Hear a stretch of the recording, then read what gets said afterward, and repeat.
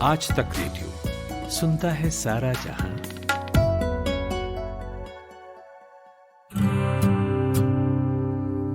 چلیے آپ کو سناتا ہوں آپ کی ہی کہانی۔ شروع کرتے ہیں نئی کہانی کا نیا سفر۔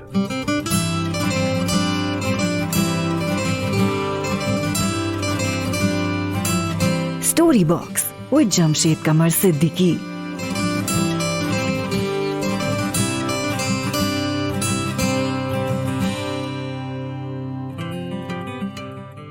دوستوں، آج میں آپ کو سنا رہا ہوں اردو میں طنز و مزاح کے سب سے بڑے نام مشتاق احمد یوسفی کے ایک مضمون کا حصہ، اس کا ریڈیو اڈیپٹیشن۔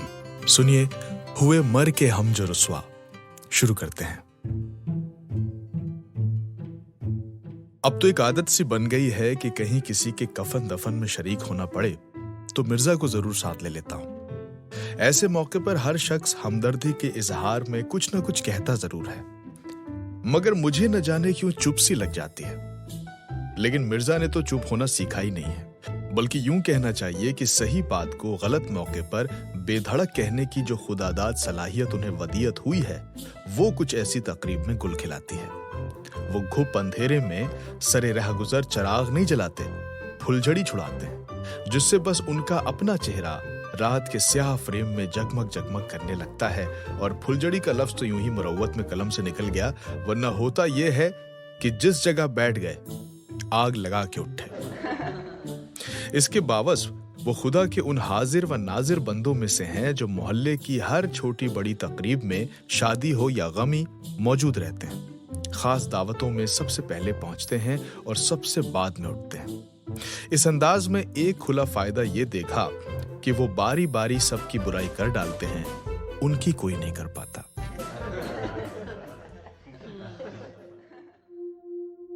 چنانچہ اس سنیچر کی شام کو بھی میوا شاہ قبرستان میں میرے ساتھ تھے۔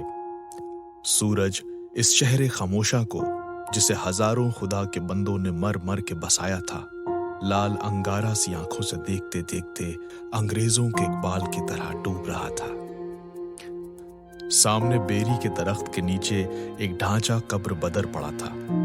چاروں طرف موت کی عملداری تھی اور سارا قبرستان ایسا اداس اور اجاڑ تھا جیسے اتوار کے دن کسی بڑے شہر کا بازار۔ سبھی رنجیدہ تھے، غمی میں تھے۔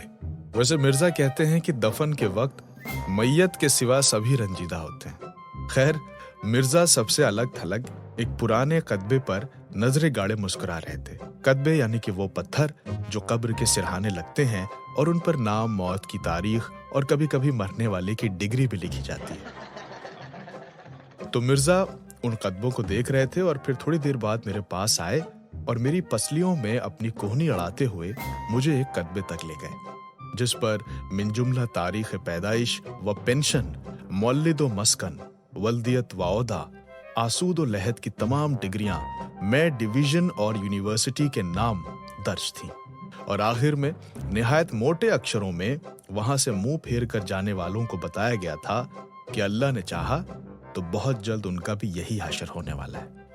میں نے مرزا سے کہا، یہ مزار ہے یا نوکری کی درخواست؟ بھلا ڈگریاں، عہدہ اور ولدیت وغیرہ لکھنے کا کیا تک تھا بھائی؟ مرزا نے عادت کے مطابق میری بات میں سے صرف ایک لفظ پکڑ لیا۔ کہنے لگے، ٹھیک کہتے ہو، جس طرح آج کل کسی کی عمر یا تنخواہ پوچھنا بری بات سمجھی جاتی ہے، اسی طرح، بالکل اسی طرح 20 سال بعد کسی کی ولدیت یعنی ماں باپ کا نام پوچھنا بھی بد اخلاقی سمجھی جائے گی۔ اب مجھے مرزا کی طبیعت سے خطرہ محسوس ہونے لگا، لہٰذا انہیں وہیں چھوڑ کر میں 8-10 قبر دور ایک ٹکڑی میں شامل ہو گیا، جہاں ایک صاحب جنت میں رہنے والوں کے حالات زندگی مزے لے لے کر بیان کر رہے تھے۔ وہ کہہ رہے تھے کہ خدا غریق رحمت کرے، مرنے والے نے اتنی لمبی عمر پائی کہ ان کے قریبی رشتہ دار 10-15 سال سے ان کی انشورنس پالیسی کی امید میں جی رہے تھے۔ ان امیدواروں میں زیادہ تر کو مرحوم خود اپنے ہاتھ سے مٹی دے چکے تھے۔ باقی کو یقین ہو گیا تھا کہ مرحوم نے آب حیات کا پانی نہ صرف چکھا ہے بلکہ ڈگڈگا کے پی چکے ہیں۔ بتانے والوں نے یہاں تک بیان کیا کہ ازبز کی مرحوم شروع سے رکھ رکھاؤ کے حد درجے کے قائل تھے، لہٰذا آخر تک इस सेहत बख्श अकीदे पर कायम रहे कि छोटों को बड़ों का लिहाज करते हुए पहले मर जाना चाहिए। अलबत्ता इधर चंद बरसों से उनको ये शिकायत हो चली थी कि अफसोस अब कोई दुश्मन ऐसा बाकी नहीं रहा जिसे वो मरने की बद्दुआ दे सकें।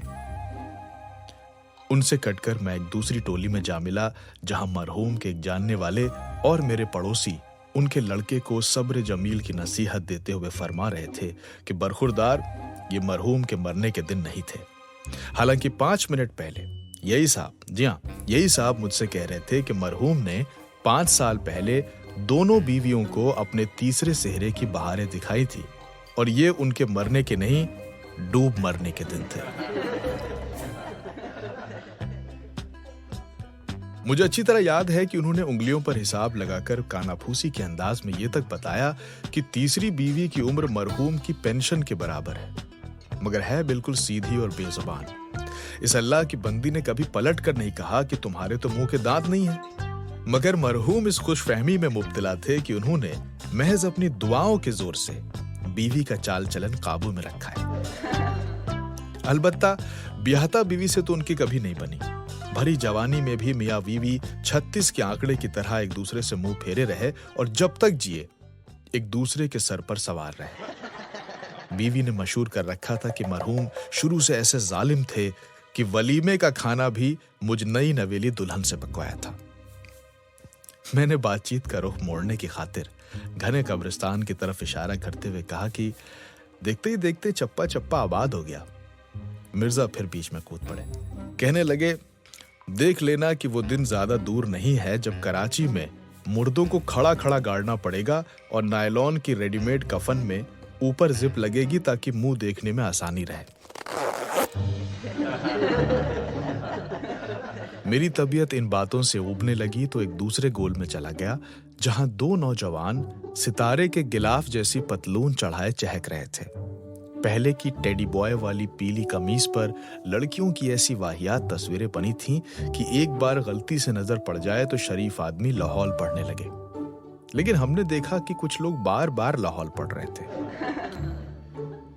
दूसरे नौजवान को मरहूम की बेवक्त मौत से वाकई दिली सदमा पहुंचा था, क्योंकि उसका सारा वीकेंड चौपट हो गया था।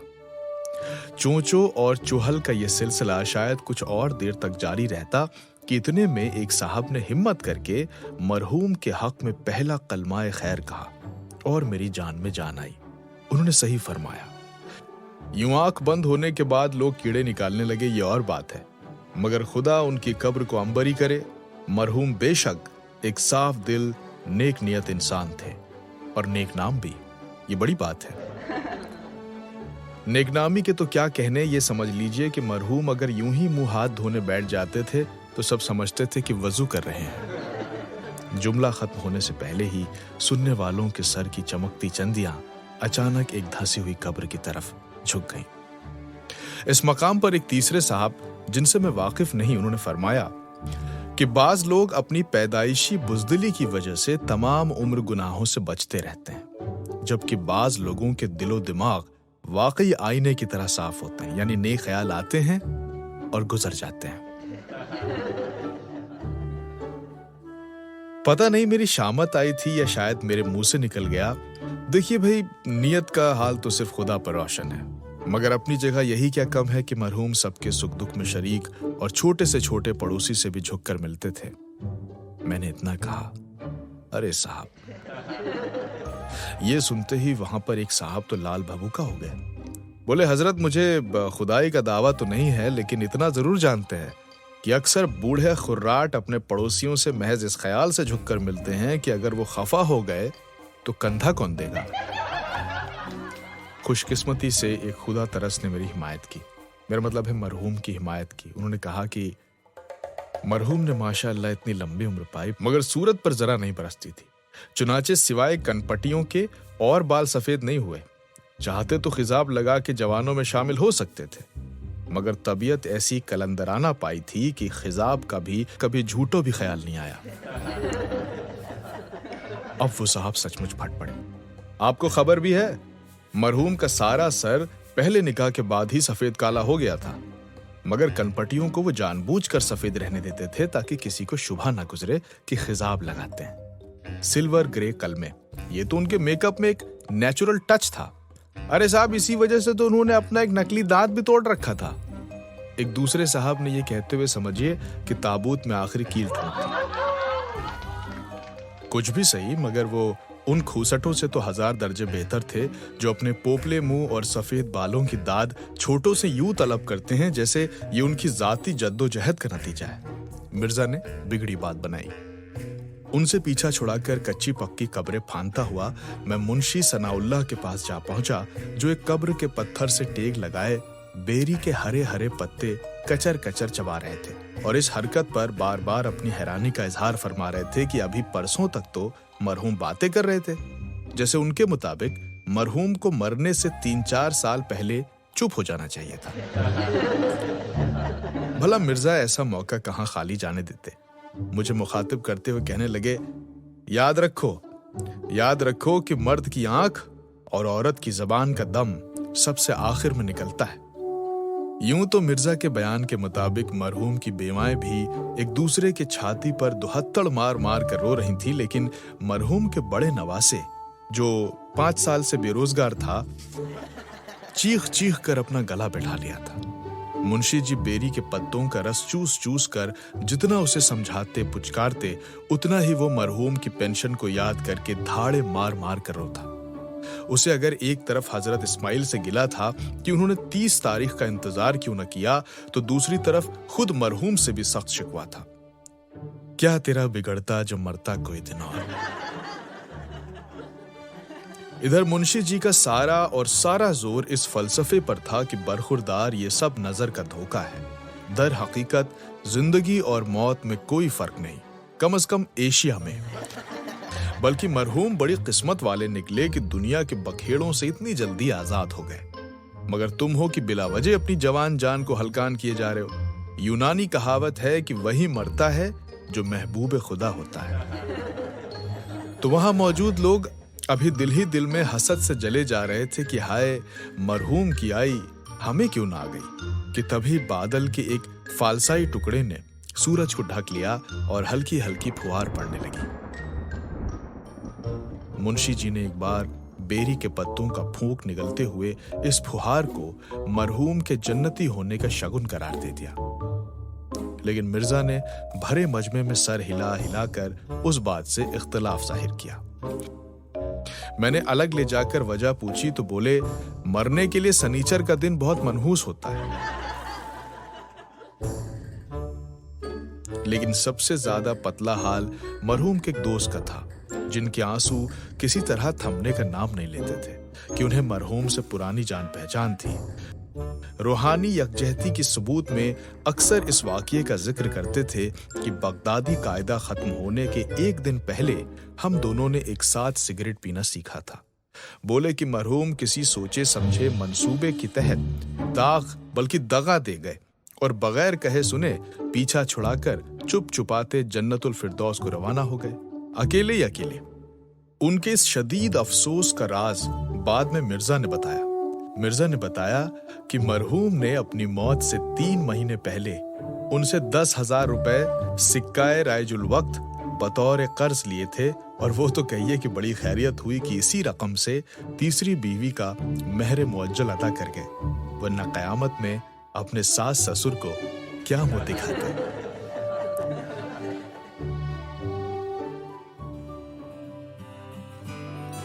तो ये था रेडियो अडैप्टेशन मुश्ताक अहमद यूसुफी के एक मजमून हुए हम जो मर के रुसवा।